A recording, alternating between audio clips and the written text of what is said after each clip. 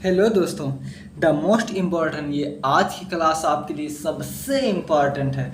चाहे आप TGT, PGT, LT grade, D triple C, KBS, MBS, LTGIC या Bihar, state, Rajasthan, Assam, Haryana, Orissa, Uttar Pradesh के कोई भी आप अगर कला विषय से तैयारी कर रहे हैं, यहाँ तक कि पीएचडी इंट्रेंस की भी तैयारी कर रहे हैं, तो ये बहुत इम्पॉर्टेंट होने वाली है।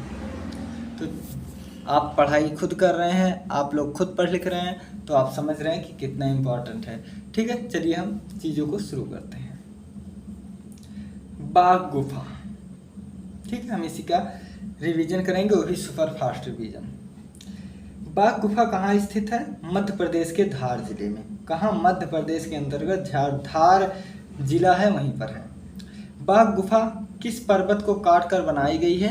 तो ये विंध्याचल पर्वत को काटकर बनाई गई है। बाघ गुफा का समय क्या है? तो 626 से लेकर 628 के मध्य जो है बना है। बाघ गुफा किस नदी के किनारे स्थित है? तो बाघनी नदी या बागमती नदी के किनारे स्थित है। बाघ गुफा का प्राचीन नाम क्या है? तो कलयन या कलायन कहते हैं। बाघ गुफा की खोज किसने की थी? 1818 में डेंजर फील्ड ने की थी। अब देखिए, बाघ क्या होता है? बहुत खतरनाक होता है, बहुत डेंजर होता है। तो ऐसे याद कर लीजिए, बाघ डेंजर होता है तो इसकी खोज करता है डेंजर फील्ड है। सन 1920 ईस्वी में किन चित्रकार ने इन चित्रों की प्रतिलिपियां तथा स्केच तैयार किए थे? तो वो थे मुकुल चंद्र डे। सन 1921 में किन कलाकारों ने इन चित्रों की प्रतिलिपियां बनाई थी? तो वो थे असित कुमार हलदार और नंदलाल बसु।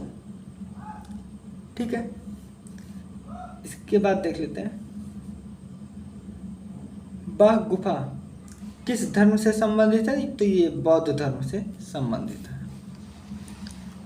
ठीक है, हम आगे देख लेते हैं, बाघ गुफा किस राजवंश के अंतर्गत बनी है? तो ये गुप्त राजवंश के अंतर्गत बनी है।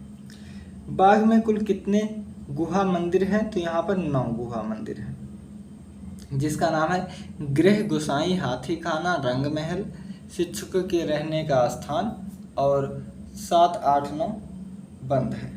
ठीक है, आगे पढ़ेंगे। देखिए, ये सभी कैसी गुफाएं हैं? तो सभी बिहार गुफाएं हैं। बाघ की पहली गुफा किस नाम से जानी जाती है? तो गृह गुफा या महास्थित या मठाधिकारियों का निवास स्थान। बाघ की दूसरी गुफा किस नाम से जानी जाती है? गोसाई या पंच पांडव के नाम से। बाघ की तीसरी गुफा, ठीक है, तीसरी गुफा हाथी खाना। चौथी गुफा रंग महल के नाम से जाना जाता है। पांचवी व्याख्यान मंडल या पाठशाला, जिसे हम पाठशाला कहते हैं, ठीक है, या स्कूल छोटा समझ लीजिएगा। बाघ की छठी गुफा का क्या नाम है? शिक्षकों के रहने का स्थान। आगे देखते हैं, बाघ की किस गुफा में सबसे अधिक चित्र बने हैं? तो चौथी गुफा में। किस गुफा में? चौथी गुफा में। बाघ की चौथी गुफा क्यों प्रसिद्ध है?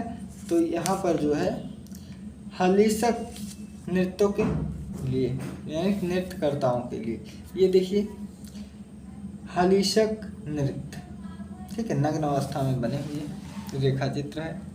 आगे देखते हैं, बाघ की कौन सी गुफा पूर्णतः ध्वस्त हो चुकी है, बंद हो चुकी है या खत्म हो चुका है? तो 7, 8, 9। कबूतर का जोड़ा किस गुफा में है? तो बाघ गुफा में। कबूतर का जोड़ा किस रंग से है? नीले रंग से है।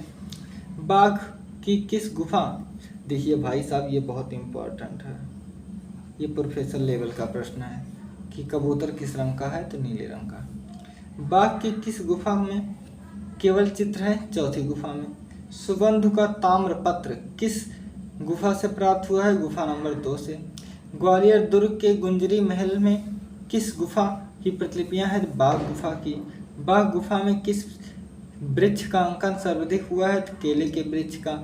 मुर्गी तथा चूजे का चित्र कहाँ है? ठीक है, मुर्गी तथा चूजे का चित्र कहाँ है? तो बाघ गुफा में।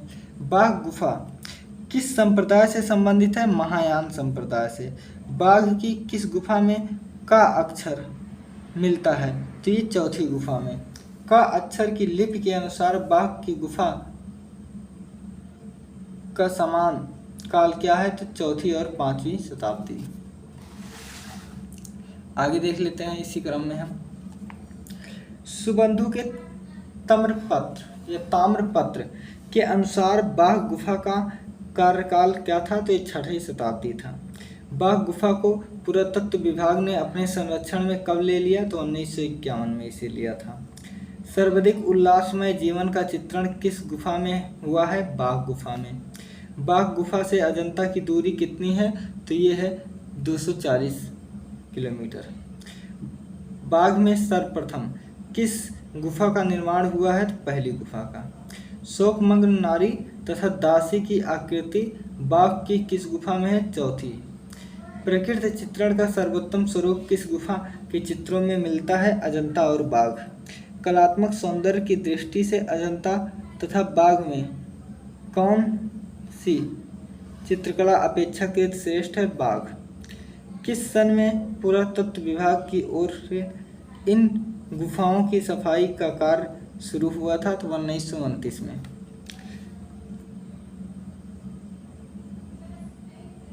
ठीक है, कब? 1929 में। आगे देख लेते हैं।